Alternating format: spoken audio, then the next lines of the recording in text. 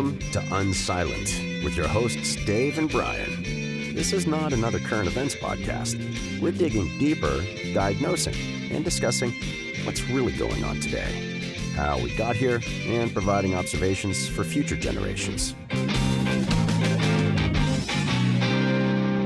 Welcome to Unsilent. We're Brian and Dave, and we'd love to know where you think we got it right and where you think we completely missed the point in understanding the age that we're living in. You can do that by going to rumble.com, visiting unsilentpodcast.com, or any of our social channels. So, Brian, let's take it away.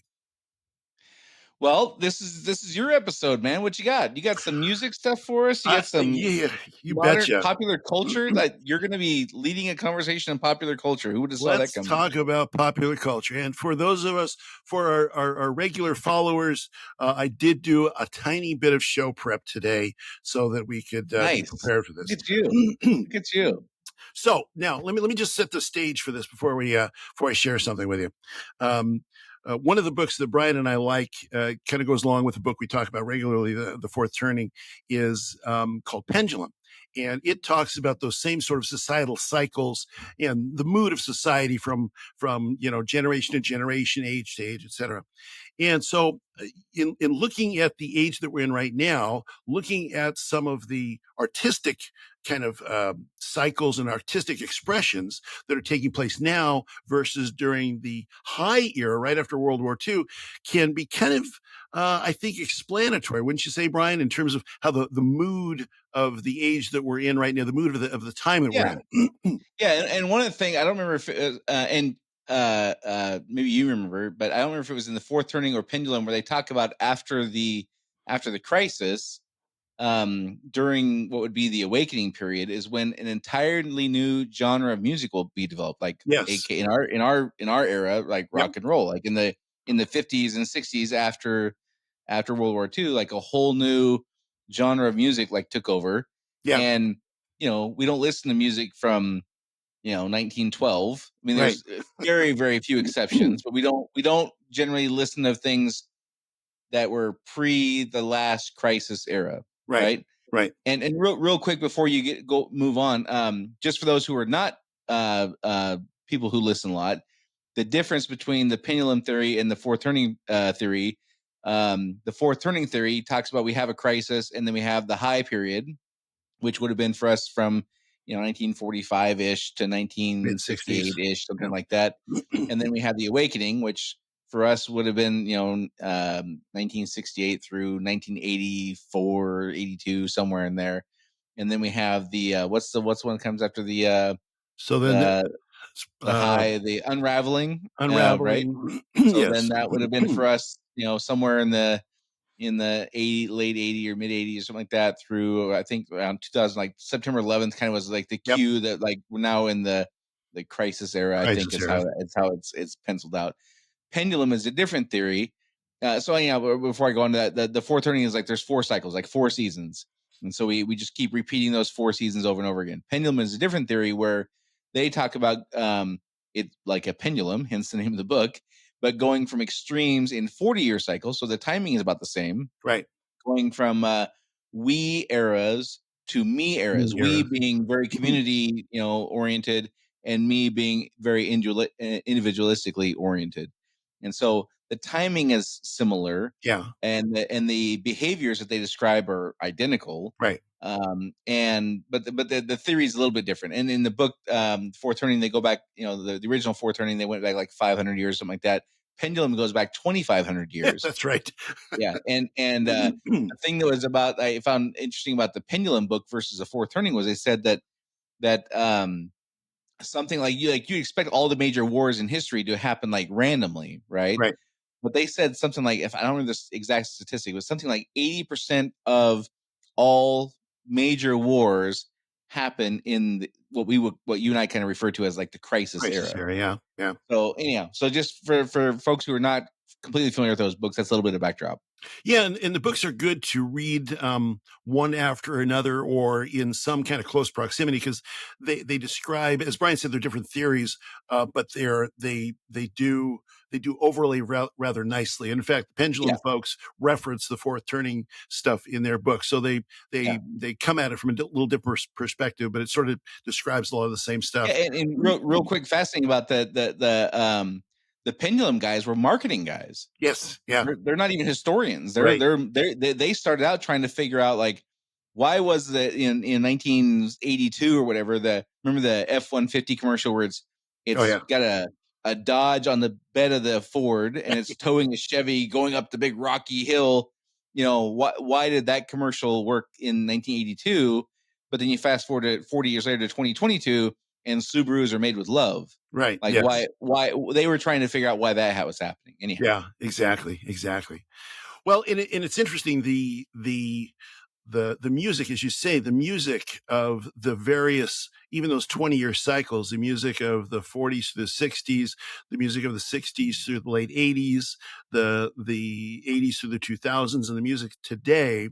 There's flavors for each of these that are really Yeah. reflective of the times in which we live. So what I want to do is I want to start off with something. So Brian, I said to you that you would recognize one thing I did and the others you wouldn't recognize at Okay. all. So I'm All going to right. start off with something that you'll recognize. Now it's All before your right. time. It's before my time too, but you'll at least recognize it. So I'm going to Okay. share this. I'm not going to say what it is, but I'm going to share this. Here we go. And I won't play the whole thing, just a little bit of it. How much is that dog in the window? All right. The Patty one Page. with the All right. Patty Page. waggly tail. How much is that dog in the window? I do hope that dog is Okay. for All sale. right. Well, there you go. Okay, so this is 1953, I believe it was. And I mean, can you think of a more kind of milk toast, happy life Right. song than this one? There's really nothing, I think, in modern, era. I mean, and there were plenty of songs like this.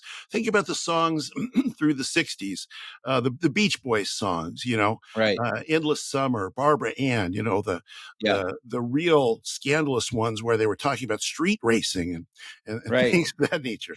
So It's funny. I heard an interview with Quentin Tarantino, the yeah, filmmaker, and he's a huge, obviously like film buff. He worked in a right, video store and like he just his passion is movies. right, And he was talking about movies through the different eras. And he talked about movies made in the 1950s where if you would have said like according to him, I don't know the stuff like he does obviously, but according to him, if you would have said a curse word in a movie in the 1950s, like you would have been blackballed from the industry. Like right. there was just no tolerance for that kind of thing. Yep. Yeah, exactly. It's interesting that you mention that because in each of these songs that I'm going to play snippets of, I'm going to attempt to avoid the curse words in them as Okay. best I can, because As we move forward in time, it's going to get harder and harder. it's getting harder and harder. If you look at so I'm subscribed to Apple Music, and if you look at Mhm. Apple Music, it'll every now and then I will look at like the new music that's popular to just I kind of want to get a sense of the age. I don't really find much that I like, but I get Yeah. a sense of the age. And beside them it tells you whether it's got the E with it, explicit or not. And you go Right. down and it's explicit. Right. It's almost without fail. So this next artist that I want to play for, I'm going to play a little bit of a longer clip, not the whole thing, obviously, but a little bit of a longer clip from a guy named Ren. Have you ever heard of Ren? No. No, you've never heard of Ren. I'm not surprised. I think you're a Dwight Yoakam fan, right? You and I were talking about that a while ago. I went to a Dwight Yoakam concert a couple weeks ago. Yeah, I think we were talking about that. This guy is not Dwight Yoakam. Now he's a guitar player, and from everything I can tell, the guy is quite talented. But Yeah. his lyrics or the first time I heard this was actually because one of my daughters, who I believe is very well adjusted, said, "Dad, you got to listen to this. It's so deep."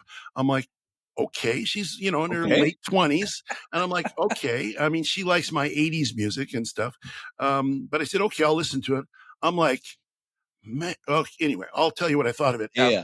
after I All played right. this. So I'm going to All play right. about 45 seconds of this, I think. See if you can bump the volume a little bit on it too. That Oh, last okay. one's a little hard to hear. Oh, okay. Okay. Fortunately, you knew the lyrics of the last one, so that's good. I did know the lyrics to the last one. Yeah. Okay, so here we go.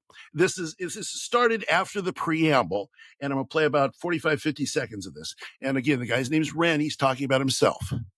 Okay. Hi there, Ren. It's been a little while. Did you miss me? You thought you buried me, didn't you? Risky. Cause I always come back. Deep down, you know that. Deep down, you know I'm always in periphery. Ren, are you pleased to see me? It's been weeks since we spoke, bro. I know you need me. You're the sheep, I'm the shepherd. Not your place to lead me. Not your place to be biting off the hand that feeds me. Hi, Ren.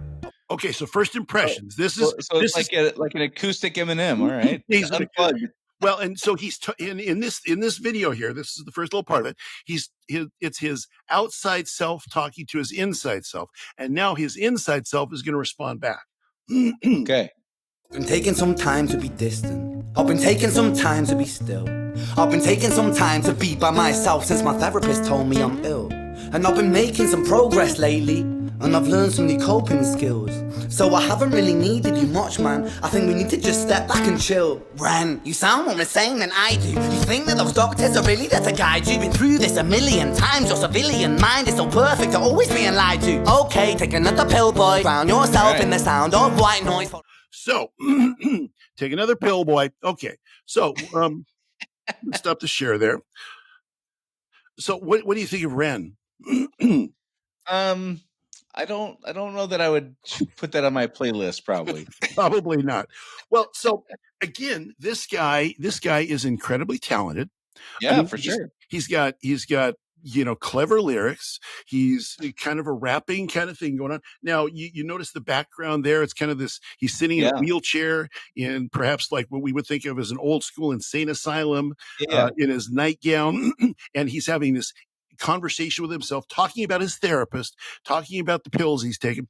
And I'm not going to play any more of this, but as the whole thing goes on, it's this deep self-inspection, sort of introspection, sure, introspection about how he's trying to be as normal as he can, but he's really kind of nuts. Now, lest you say, well, this is an interesting genre of music, I want to share some lyrics with you. I'm not going to actually play this next one, but I want to share some lyrics from a Christian rap artist. Okay. So now, and then I've got one more after this. So this is an artist that, again, very talented, pretty successful. His name's NF. I don't know what that stands for, but I understand he's a Christian guy. So I'm going to read some lyrics to you. Half asleep, standing at my own wake. Silly me, kick the bucket, but I feel great. What a dream, smile while my soul breaks. 19, but I still miss the old days. I'll be all right, just kidding. Keep up, we're all indifferent and I'm no different. Standing in sand, I'm sinking. These intrusive thoughts keep winning. They tell me you'll never be who you want. I think you should give up. I rip myself down enough. For both of us, you don't got to tell me I'm trash. Better on mute. F you, I'll do it myself. Okay. That's a little, now, not quite Petty Page, right? No. Or Glenn Miller in the Mood? No. Can not you exactly? Can you, and actually I read a little bit further than I want to read. When we think about like the 60s or the 70s or the 80s, think about the scandalous songs in those days. Think about I remember in the 80s, the most scandalous song was probably AC/DC Highway to Hell, right? Yeah. I mean, that was like, you're on the edge. Or maybe Judas Priest, Living After Midnight.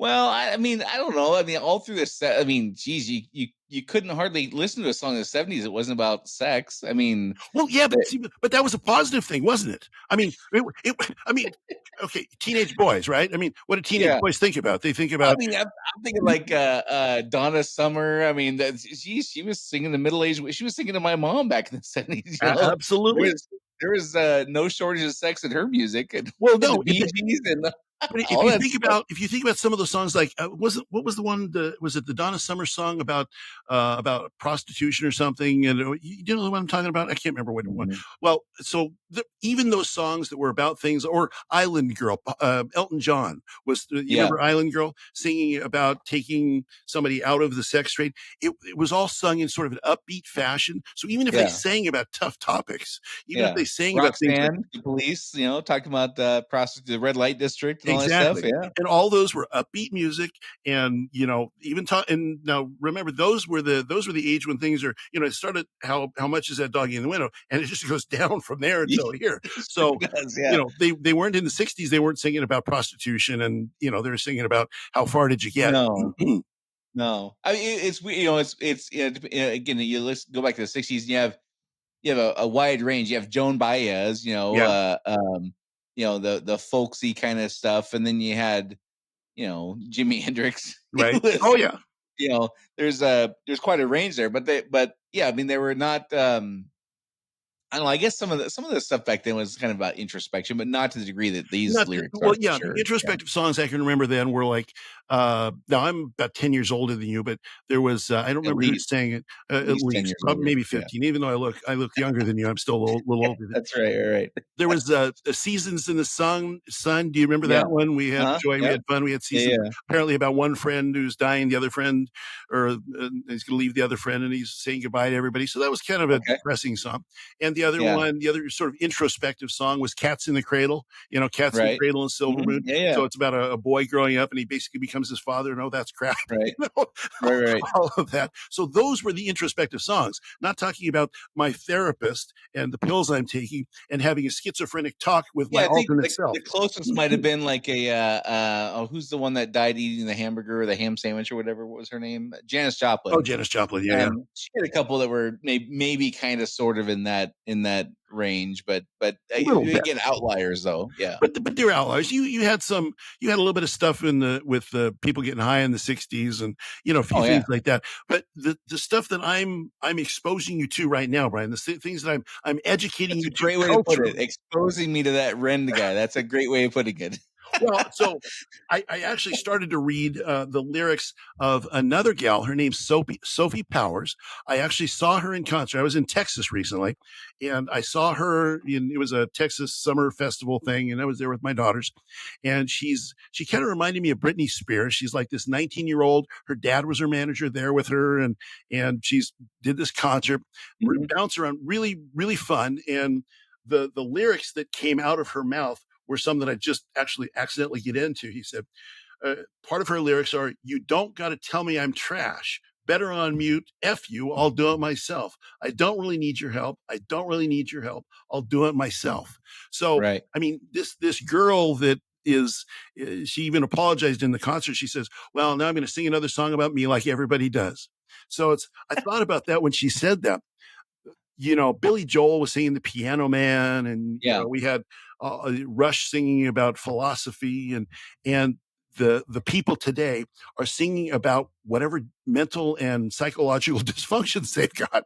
So that is a reflection in my mind of the age. Now, I'm not going to read or play anymore. And you think about like what young people now, and again, I don't, I'm not a young person anymore, obviously. Clearly. But I have kids and I have some exposure to people, and you can't help but see the statistics about the percentage of kids who think that they were born in the wrong body and are having major surgeries, these supposedly corrective surgeries to right the wrong and things like that. But the percentages of them that are feeling like they're just either born in the wrong body and they got to cut off their testicles or their boobs or whatever. It's something like 30%. It's huge. It's a huge percentage, compared to 50 years ago it was like 1.2% or something like that. Right. I mean, the difference is staggering. And so I mean I imagine that these kids, these artists, I should say, are just writing about what they're experiencing, no different than Jimi Hendrix and Janis Joplin were. Absolutely. And Patty Page, like they're writing about what they're experiencing.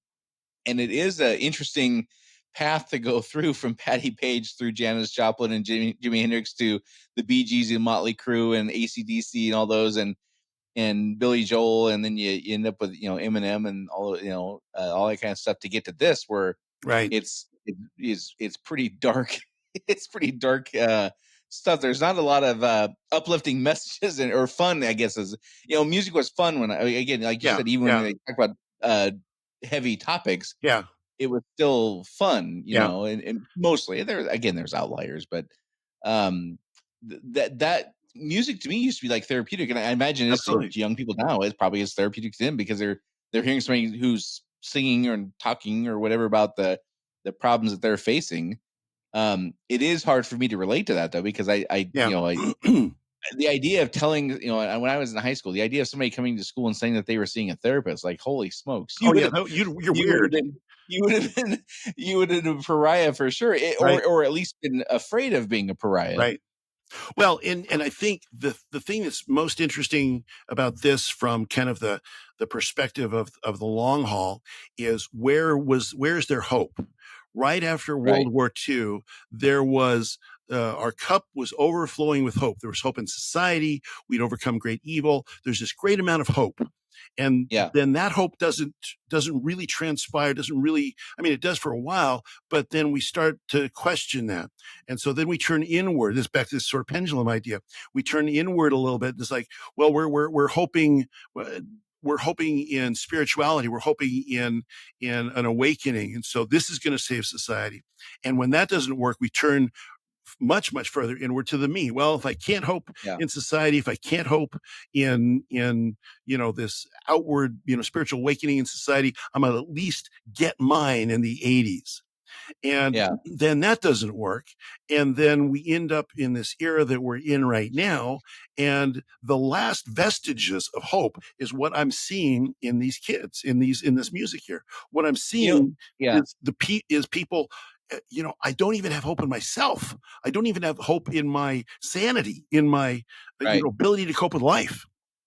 It's funny. One of the things I had written down in preparation for us to talk today was I heard a Jordan Peterson interview recently, and for Kenny G, the guy we're talking to, living 60, 70 years in the future from now, Jordan Peterson will either have been scrubbed from history, or he'll be looked back upon as a pioneer. It'll be at one extreme or the other. He will not be a middle of the road guy for sure. Yep.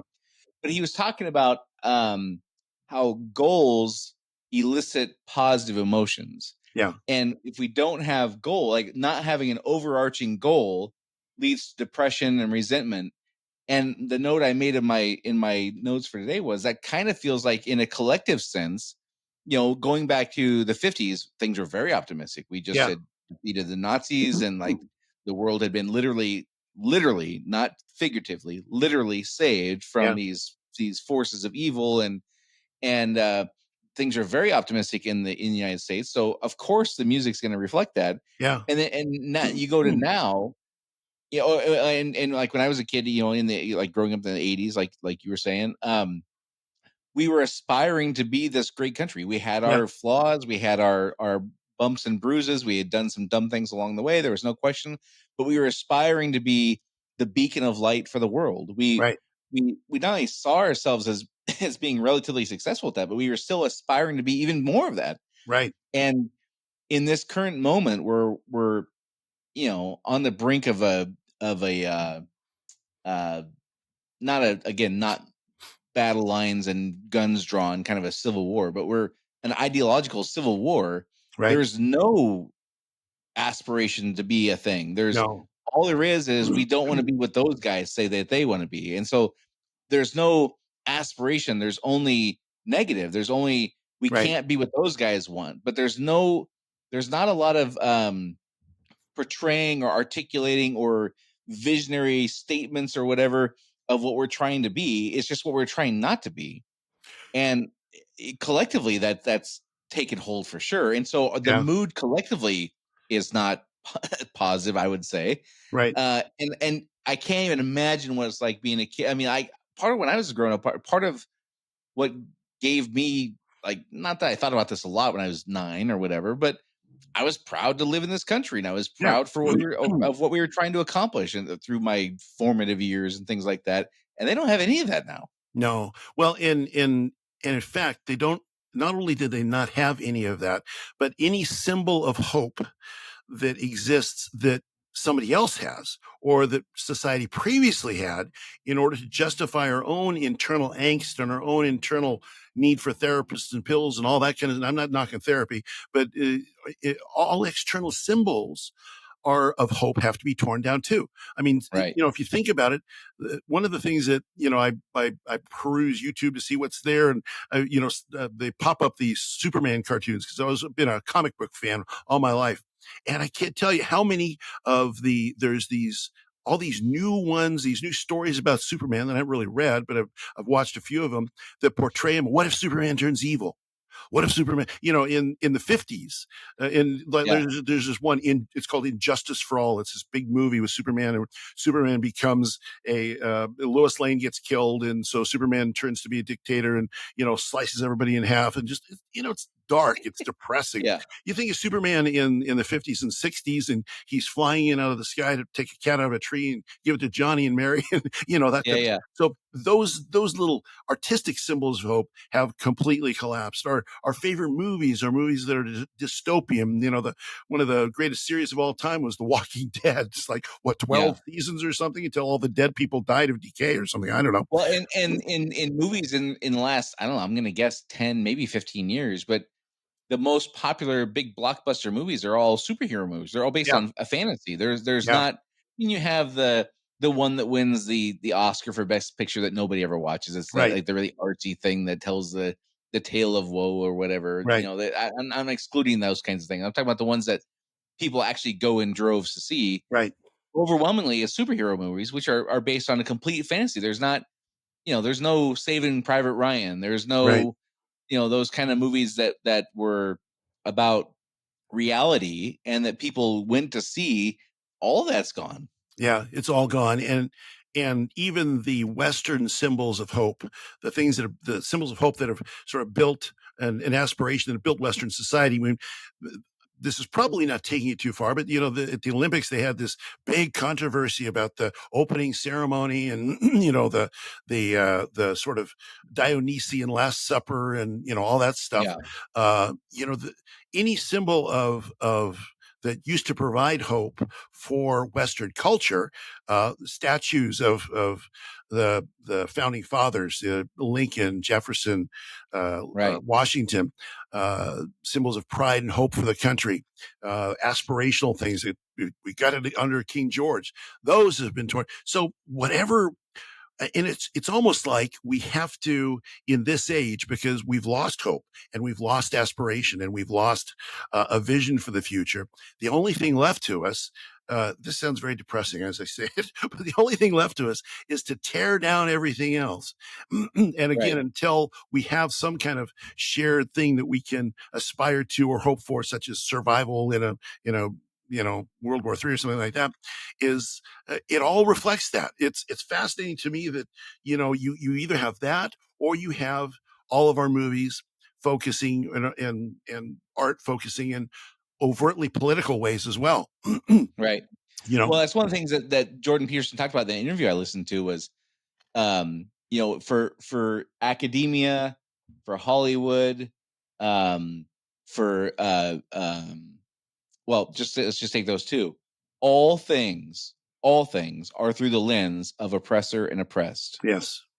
Where in 1950 there was a very minute percentage of population probably looked at things that way, but overwhelmingly people were Right. like, we were the good guys. We were the ones that came in and like literally saved the day, which we did, by the way. Yes. And we were riding on that wave of optimism and happiness and joy that comes from going through this horrible dark era.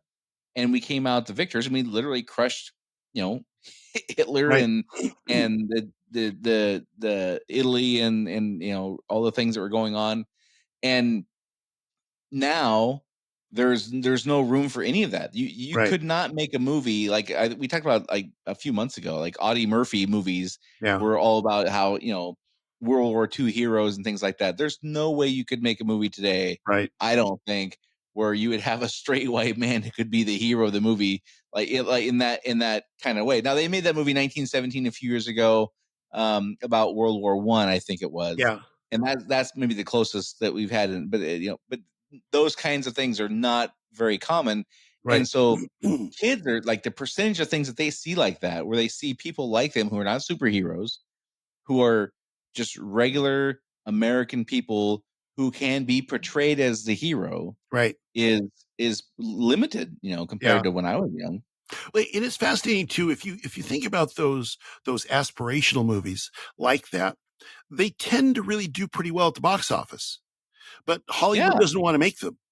No. So the establishment doesn't want to make these profitable movies that portray things that hearken to our past and hearken to overcoming and those. But whenever they do, they make a lot of money. I mean, if you look Yeah. at it's Well, sort of the Top Gun family was friendly. like, yeah, Top Gun, the new Top Gun movie Yeah, that came out, 30, 40 years after the original. It was the biggest movie that had been in quite a while. And it was, exactly. it was kind of, they didn't name the who the enemy was, which is fine. Nobody Yeah. cared about that. I didn't care about Yep. that. But it was like we could be proud to be Americans again Right. for a Exactly. fleeting moment there. Well, and so it's even the societal trend is even against it even pushes against things such as the profit motive and what everybody wants. Right. People want to feel hope. They want to feel aspiration. Well, and to go back to revisit what you were saying about what Jordan Peterson was talking about on the oppressor oppressed model, the it's fascinating to look at the history in those days after World War II was not that we who won are better than you who are the second class. There were second class citizens in our society, Right. racially second class citizens. Women didn't Yeah. have the same rights as Yeah. men. But the And don't forget goal, poor people. poor people, There's yeah, always room for them to be second class citizens for sure, absolutely. But regardless of race. there's a fascinating difference between, and those groups exist today. There's people that are better Yep. off and people that are worse off.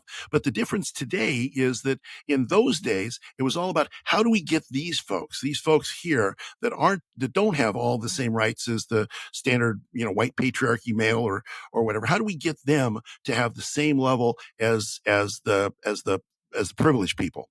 So that was kind of how do we raise them up? How do we do this? We have Yeah. the Voting Rights Act. Women can get credit cards on their own, all these different things to bring Yeah. them up to speed. Yep. Now it's exactly the opposite.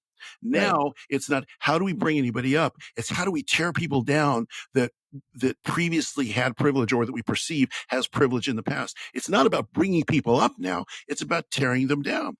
And that's another Right. sort of, aspect of this same, I think, cultural, psychosis that we're in this crisis age Well, and when just everything's filled. self-loathing. I mean, it's just absolute It self-loathing. is. Like they're again, I wouldn't put on that Ren song to go jog around the block probably, but I can understand where it's coming from because Yeah. all they've been, if you're a 20-year-old kid now, all you've been fed from society and the news and academia and things like that is self-loathing and trying to figure out where your place is on the hierarchy of Right. victimhood. Right.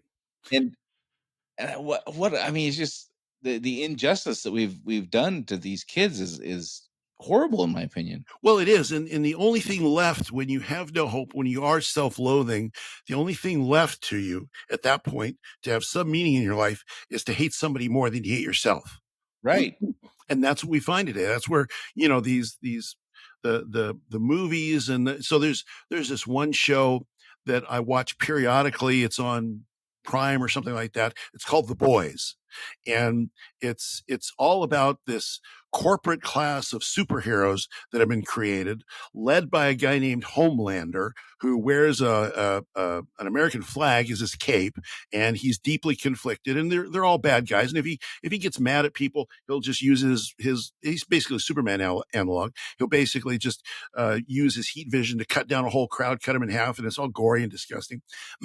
and he works for the system, and the system is I watched this actually last night. Why do I watch these things? But I watched this last night, and it was explicitly these people are the Jesus followers. These are the people that they had a skit about. We're going to put Christ back in Christmas. This is the evil people who are going to put Christ back in Christmas, and all this different things. So if you when society gets to the point where we really do loathe ourselves, then how could we not?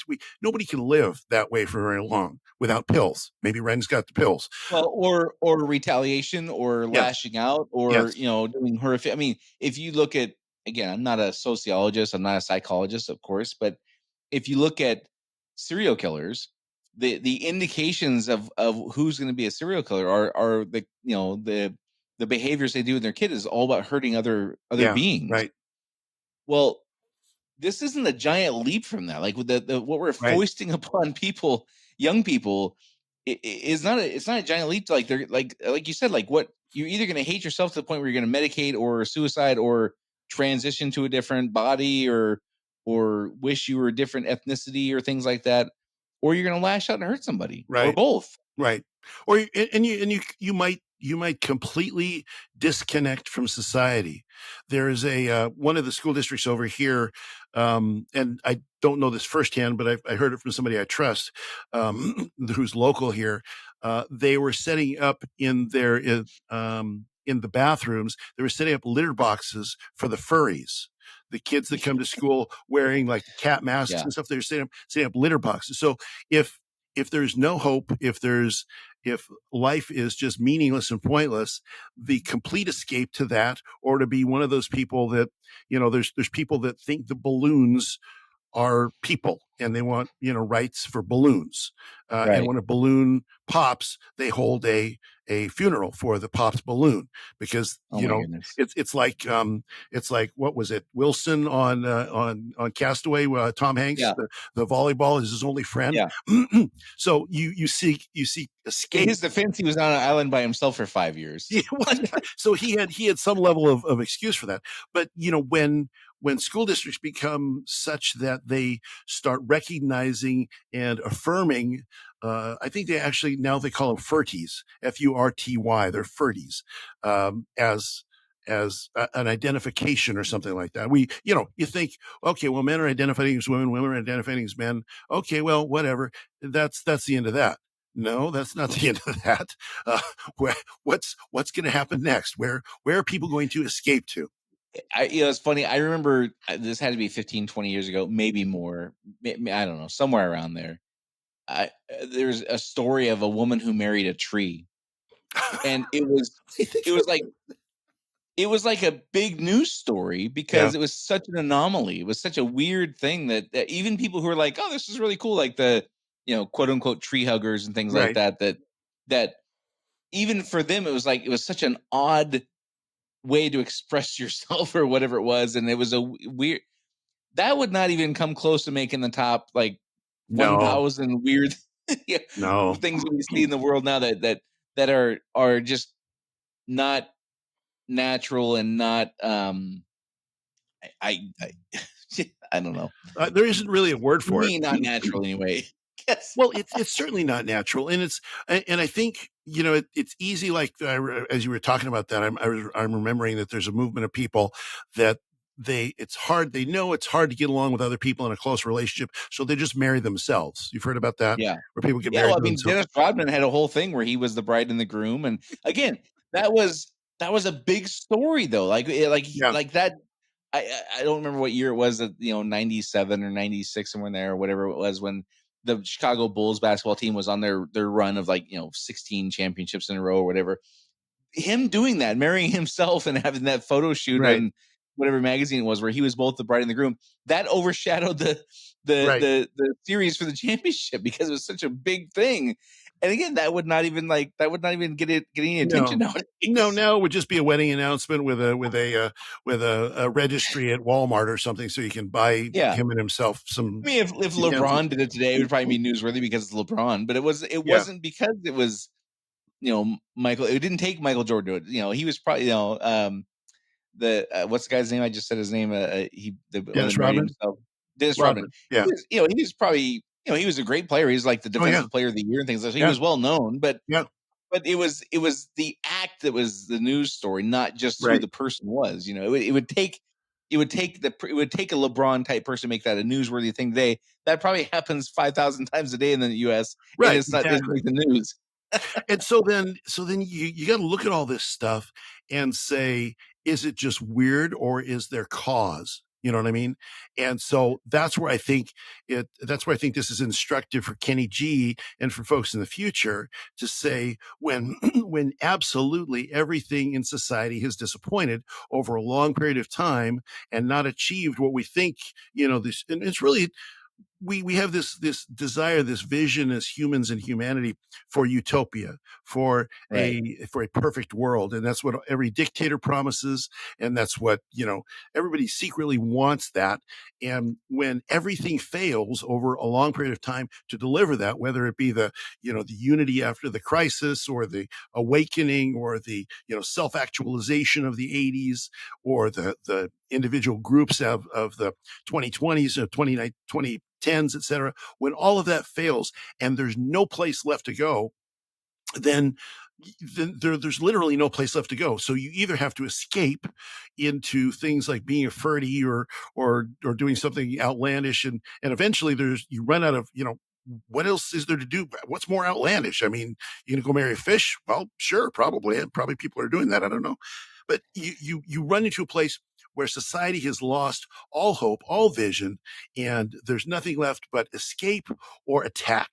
And Yeah. that's the era from a mood. We often talk about what's the mood like. How does it feel to live in the age we're in? Well, that's what the feeling is when you're in the crisis era. No hope, Yeah. just anger, and just And escape. no order, No no order. no Because orders failed us. No logic. yeah, Logic has failed us. Orders failed us. Everything that we thought would bring about this utopia yeah. has failed us. Conformity is not the word I'm looking for. There's a different word. I don't know. Conformity is not it, because there's all through history, there's people who don't fit in, Right. but the difference is, when I was young, people who didn't fit in, like, the goal was to not make them feel like outcasts. So, Right. like, you still, like, okay, they have their fetishes or whatever that I'm not Right. into. Okay, I don't think of less of them as person. But now the people who have these things that are outlandish by traditional standards, they look at the people who don't embrace them and celebrate them as the problem. Yeah, that's right. And that's the part now that is just, it's not, it again, there's a balance here, right? Like, I don't want to live in a world where everybody has to wear the same blue jeans and, Right. red flannel shirt. I'm very happy that there's a wide variety of Right. people in the world. But I don't have to love everything people do. I have to respect the person, and right Right. up until they do something that impedes my lifestyle. I like, Right. go be you, like, you do you, man. That's Yeah. awesome. And that's the way I grew up, Yep. was like, okay, you have different things that you're into that I'm not. You do you, as long as it doesn't impede on my life, like, that's okay. But the difference now is the people who are um whether they're deciding to do this, for whatever reason. Like, again, these kids who are, like, have been brought up this way, I'm not blaming them for, like, Right. Yeah. doing these things. This is the era they're living has Yeah. created part of this, and Exactly. their teachers and parents and other, like, people who influence their lives. Like, I would say that they're responsible for this, but they come out of this having this expectation that everybody just bow to their will, Right. and it's just it's bizarre. Well, and I think it's because we all have to have some aspiration. You can't live life without some, something you're seeking. Otherwise you'd be a Yeah, vegetable, basically. And so if all the traditional things, you and I, growing up, we're seeking a lifestyle, we're seeking the American dream, and running a business, and we have these or aspirations just that having a happy family. having Like, yeah, exactly. But if you get to the point where, I mean, half of young people surveyed a while back believe that, they've been told that the climate change is an existential crisis, and they're probably not going to right, live into the 2040s. So the words, right. well, what else can if that's the case, and I'm not, I don't want to get off of the climate thing, but, if that's the case, then what is there to aspire to? If we've tried everything since World War II to build a more perfect union, and we're still here and we're still arguing about everything. And we're arguing about more now than we've ever argued about before. There's only two aspirations left, and that is escape or victory over your perceived enemies, which are the people that don't, agree with you.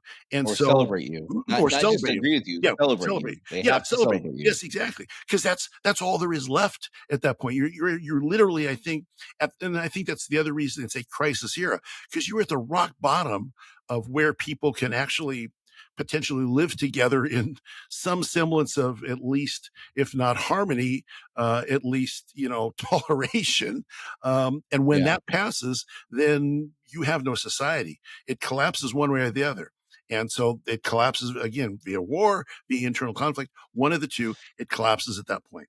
Yeah, I think the thing that is interesting to watch, as all these things we're saying, I believe all these things are true. We're describing instances to support our argument this thing is happening. Right, The part that I think is escaping folks is there are still groups of people out there, whether it be by religion or whatever, right. who still do have conformity, Yes, yes. and that is very noticeable. Like you can look in Britain right now and see Oh, yeah. the people going around hunting for quote unquote far right people who are native born Yeah. Britons, Yep. and people who have migrated to that country in the last several months to several years. They are very unified, and Right, they do not allow for anybody to not be conforming to what they want. In fact, right, they're calling for things like Sharia law and things like that right, in a country they're not even citizens of, by the way, right. in some instances. Yep. Certainly not born there, and they are very conformist. And it it seems like that's not something that's even there's no awareness of that even. Right, Like right. it's Yeah. just not even a thing. Like, yeah, stuff's happening over there. That's fine, but Nazi Germany did get very unified. Yes. Mao's Red Army did get very unified, Right. and a lot of people got hurt who got in the way, and we just seem to be obtuse to that. We seem to be completely oblivious to that even being a possibility, let alone a Yeah. historical regular occurrence. Well, it is a regular occurrence in history. And I think part of it is, again, because of what we talked about before, this idea of normalcy that, we think things are going to snap back to normal. So the folks you're talking about, the traditionalists like me and you that are, just what we would call normal people, and therefore we just offended everybody who's not like us, right? Yeah, nice Uh, going, Dave. okay. You're going to have to do some remedial training at Evergreen State Uh, for that, because that I, was I, well I, outside of I've, your I've, training. I've got the parking pass. I can go. It's all good. So, but I think and I just watched last night because I enjoy this stuff. I watched some of the old reruns of Johnny Carson of the Tonight Show. Yeah. And he was interviewing Julie Andrews talking about the making of The Sound of Music, which was very interesting to me. I guess it's just a flashback to my childhood. And, again, I think about the Sound of Music, the Von Trapp family living in their nice, place in Yeah. Austria, one moment, and the next moment they're on the run from the Nazis. Right. I'm sure that they're mythical family, or mythical family. They're not Yeah, but it was based on a based real on a true family, wasn't story. it? Yeah, it was. Yeah, it was.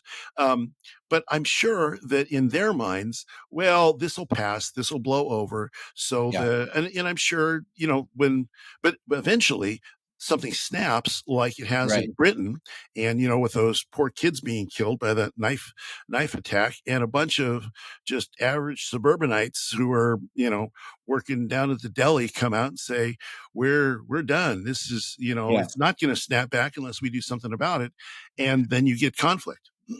Or there's these two forces that you and I talk about at play quite often. One of them we're spending a lot of time talking about today, which is people just want security. Yeah. Like they want this utopia because it'll make them feel safe and secure. Yes. They want you and I want the world we envision because it'll make us feel secure. Right. Other people, the Kamala Harrises of the world, they want their version because it'll make them feel secure, and the hierarchy would be based on the criteria they set, which is immutable characteristics. I don't agree with that. I prefer meritocracy. But we have that whole thing where people are striving to get security. Yeah. And right now there's no unified vision of what that is. There's just tons of conflict. My version of security is those guys can't get what they want.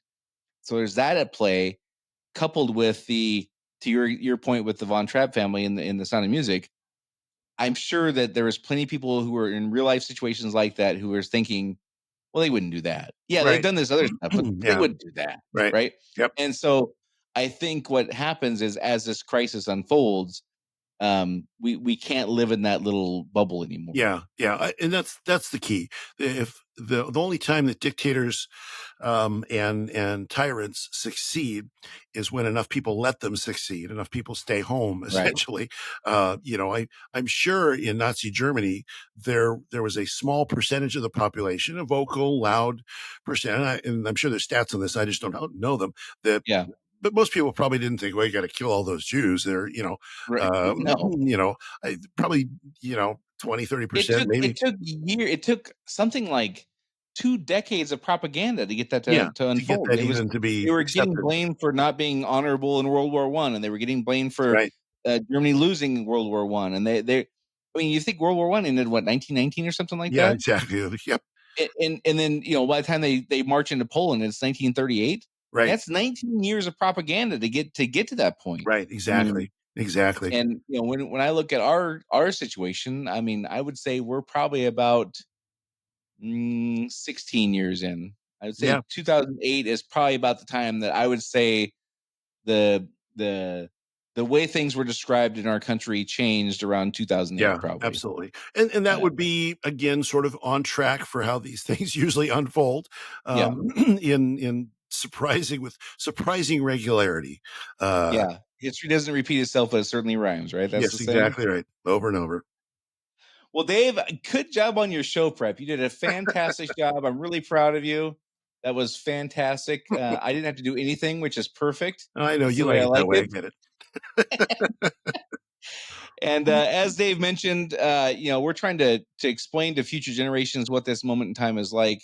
We all know it's a very tumultuous time for sure. And Dave and I are just trying to do our best to kind of chronicle. I'm sure people are going to look back in Davis too on this period and go, what the hell are those people thinking? Exactly. And Dave and I are trying to answer that question for Right. him. And we're trying to, we're doing it from our perspective, which is, we're both guys with traditional Judeo-Christian values and watching all this unfold. And we're wondering what the hell is happening. Exactly. And that's what we're trying to do. We're trying to explain to future generations what this is like. If you think we got something wrong, you think we got something right, we'd love to hear about it. You can go to unsilentpodcast.com and or Rumble has a great comment section. You can do it there. Until next time, this is Dave and Brian signing off. See you next week. Do you want to be on Silent? Make your voice heard on our social media channels and share where you think we got it right or wrong. Go to unsilentpodcast.com for social links so you can join the discussion.